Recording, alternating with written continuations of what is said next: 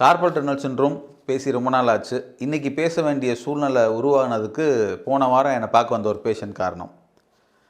அவர் ஒரு body builder. National லெவலில் 2 தடவை ஸ்டேஜ் ஏறியிருக்காரு. அதே மாதிரி நிறைய சாம்பியன்ஷிப்லாம் வாங்கியிருக்காரு. அவருக்கு பாடி பில்டிங்கை தவிர எதுவுமே தெரியாது. ஆனால் 10 வருஷமாக பாடி பில்டிங் லைனில் போகலை. இப்போ பேருக்கு ஒரு ட்ரெயினராக இருக்கார். ஆனால் இப்போவும் அவருக்கு 38 வயசுலேயும் ஸ்டேஜ் ஏறணும்னு நிறைய ஆசை இருக்குது. ஆனால் போக முடியல. 10 வருஷமாக ப்ரொஃபஷனல் வர்றாரு. என்ன காரணம்னு கேட்டால், வெயிட் பிடிச்சி ஹேண்டில் பண்ணுறப்போ பவரே இல்லாமல் போயிடும், வலிக்கும், கீழே போட்டுருவேன். வருத்தமாக இருக்குது. கிட்டத்தட்ட அவர் இந்த 10 வருஷ காலகட்டமாக பல்வேறு டாக்டர்கிட்ட போயிருக்காங்க.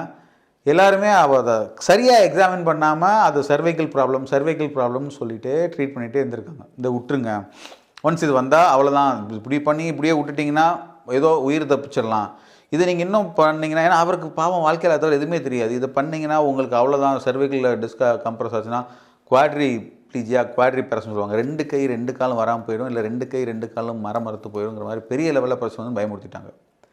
ஆனால் பேஷண்ட்டை கரெக்டாக உட்கார வச்சு பெக்கூலியராக ஃபிசிக்கல் எக்ஸாமினேஷன் இன்றைக்கி அது ரொம்ப குறைஞ்சி போயிடுச்சு.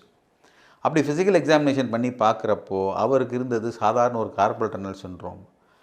இந்த வீடியோவில் நான் என்ன சொல்ல விரும்புகிறேன்னா, கார்பல் டன்னல் சிண்ட்ரோம் நம்ம ஏற்கனவே பழைய வீடியோவில் பேசியிருக்கோம். மணிக்கட்டுக்கு முன்புறமாக நரம்பு அழுத்தப்படுறப்போ இந்த 3 விரலில் மரத்து போகிற தன்மை இருக்கும், பவர் இருக்காது, வலியாக உண்டாகும், XYZ நிறைய இருக்குது. அதனால் எல்லா கை மரத்து போகிற பிரச்சனைக்கும் சர்வைக்கல் ப்ராப்ளமாக இருக்கணும்னு அவசியம் கிடையாது. கார்பல் டன்னல் சிண்ட்ரோமாக இருக்கலாம்.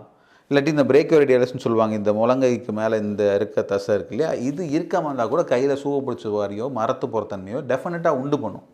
அதனால் கை மறந்தாலே C5 C6 C6 C7 சொல்லி மயட்டோம் பின்னாடி போக வேண்டாம். இதுக்கு ஆஸ்டியோபதி மூலமாக சரியான அசஸ்மெண்ட் பண்ணி எளிமையான ஒரு ட்ரீட்மெண்ட், மருந்தே இல்லாமல் அறுவை சிகிச்சை இல்லாமல் சரி பண்ணணுமா, தாராளமாக நீங்கள் என்னை வந்து சந்திக்கலாம். Myself doctor Sathish from Madurai osteopathy clinic.